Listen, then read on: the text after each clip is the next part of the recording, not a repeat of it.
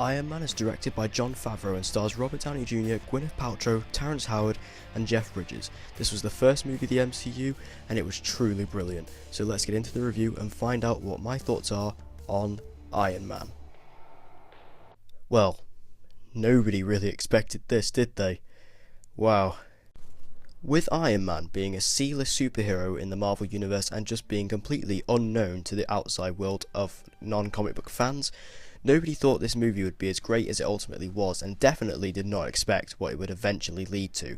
This movie was a bit of a triumph in that aspect, and mixed that with the terrific actors involved, this project couldn't have been more exciting and more surprising than it eventually ended up being, and the truly amazing ending was just astonishing to see how it all came together.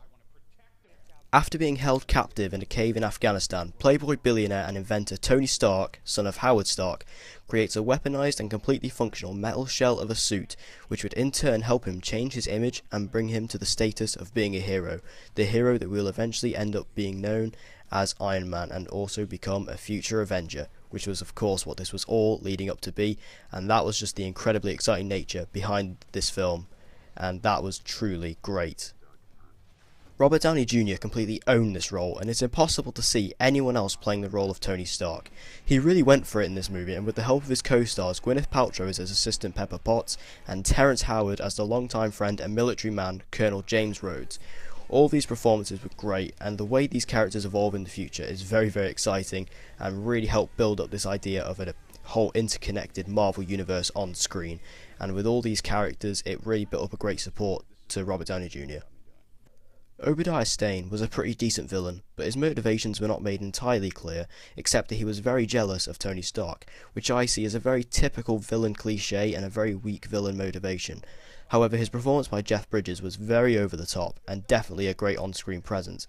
The over-the-top comment is not a disagreement, and is definitely not a bad thing. It made him a very good on-screen presence, as I said, and made it seem very, very fun, and he is a very good and quite terrifying villain when it came down to it. The villain is played by Jeff Bridges, who plays Tony's father's business partner, Obadiah Stane, who believes that Stark Industries should be put in his hands instead of the irresponsible Tony Stark. Using some scheming plans, he screws over Stark and uses him to create a huge gas-powered Iron Man suit, and intends to use this technology to create an army of Iron Soldiers, which he came up with a plan together with the terrorist who kidnapped Tony at the start of the film, as he was all involved in that plan, and it was helping him become the villain he would later on become. The action was very well done. I think Jon Favreau did a fantastic job of getting some majestic shots of the Iron Man suit in action, and I think the movie was very well directed overall.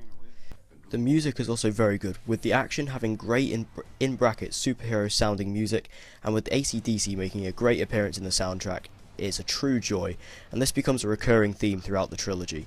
The music was a great support throughout the film, and I think the Iron Man movies have all fantastic soundtracks throughout all the movies in the trilogy, and also this really helps when they are scoring the Avengers movies, as you can really see that Tony Stark's influence really brings in to the soundtrack.